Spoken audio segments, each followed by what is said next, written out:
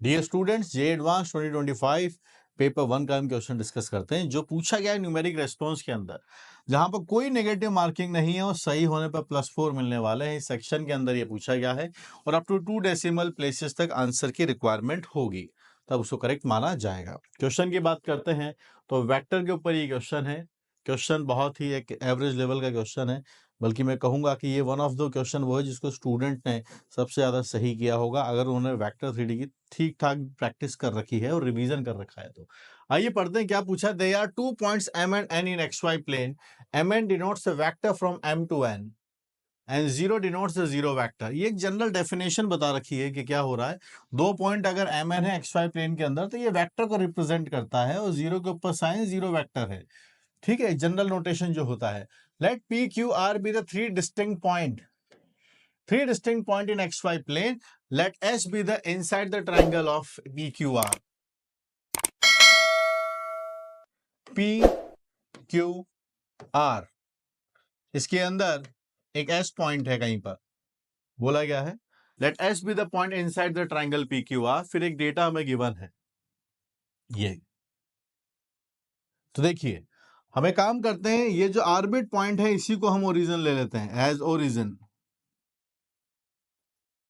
और S के respect में जो SP वेक्टर है इसको हम मान लेते हैं कि it is a P vector. जो S से Q वेक्टर है इसको हम अज्यूम कर लेते हैं कि it is a Q vector. जो S से R की तरफ जा रहा है, let's say it is a small r vector.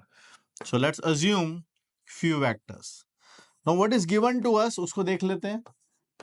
Given to us is SP vector 5 times, SQ vector 6 times, SR vector is 0 according to the data.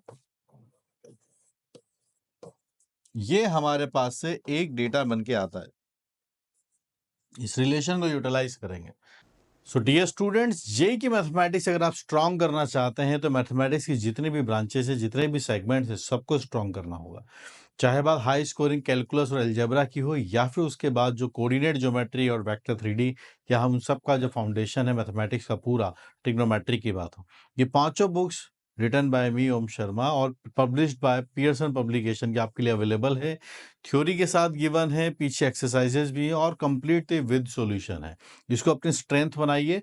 और अगर आप प्रीवियस ईयर क्वेश्चंस करना चाह रहे हैं, आपको ढंग के सॉल्यूशंस नहीं मिल रहे हैं, डिटेल सॉल्यूशंस चाहिए और एक एक कई क्वेश्चंस के मोर देन वन सॉल्यूशंस आपको चाहिए, ऑल्टरनेटिव सॉल्यूशंस अगर आपको चाहिए, तो वो आपको यहाँ पर एक्सक्लूसिवली जेई मेन की जो बुक है वहाँ मिलेंगे।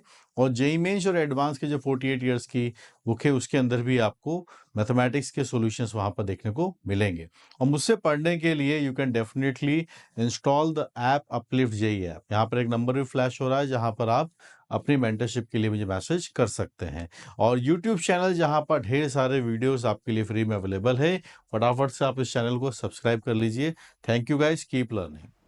पूछा क्या है, E and F be the midpoints of side PR and QR। PR यहां पर है, it is some point E and F is the midpoint of QR।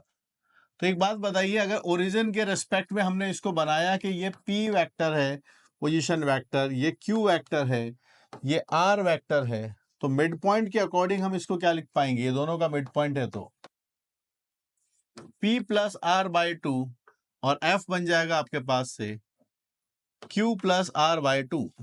ठीक है, ये फायदा हुआ एस को ओरिजिन लिया उसके रेस्पेक्ट में बनाने से। पूछा क्या है, length of the line segment EF, length की बात हो रही है यानी मैग्नीट्यूड की बात हो रहा है।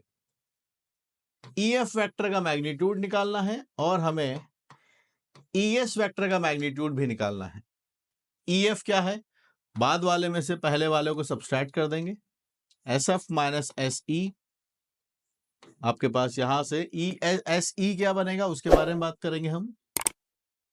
तो SE वेक्टर के बारे में भी यहां बात करते हैं कि क्या बात बनेगा जी। SF क्या है, S के रेस्पेक्ट में F का coordinate, it is written as Q plus R by 2 and S के रेस्पेक्ट में E का वो भी बना लेते हैं, it is P plus R by 2। Division में लिखा हुआ है ES, यानी E पॉइंट के कोऑर्डिनेट की हम बात करें, E पॉइंट का कोऑर्डिनेट ये रहा P plus R। Further simplify करते हैं तो सब जगह से ये जो हाफ का फैक्टर है ये सब जगह से कैंसिल हो रहा है, जस्ट रिमूव इट। और आप देखिए क्या डेटा बनता है। यहां पर अगर हम देखें r से r चला जाएगा, we are having q minus p and it is p plus r। हमारे पास पी क्यू आर में एक रिलेशन है, किसी भी एक को एलिमिनेट कर दीजिए। P यहां लिखा हुआ है, Q को हटा देते हैं। तो अगर हम Q लिखना चाहें तो आपके पास से -6r minus p divided by 5 इसको लिखा जा सकता है। To use this result, Q vector किसी एक को इसके कॉम्बिनेशन में लिखना चाहते हैं तो लिख देते हैं। देखते हैं क्या बनता है। -6r minus p by 5 minus p vector divided by p plus r vector. थोड़ा एलसीएम ले लें, देखते हैं क्या बनता है। 5 यहां बनेगा तो 1 एंड 5 बन जाएगा, 6 बन जाएगा फिर से।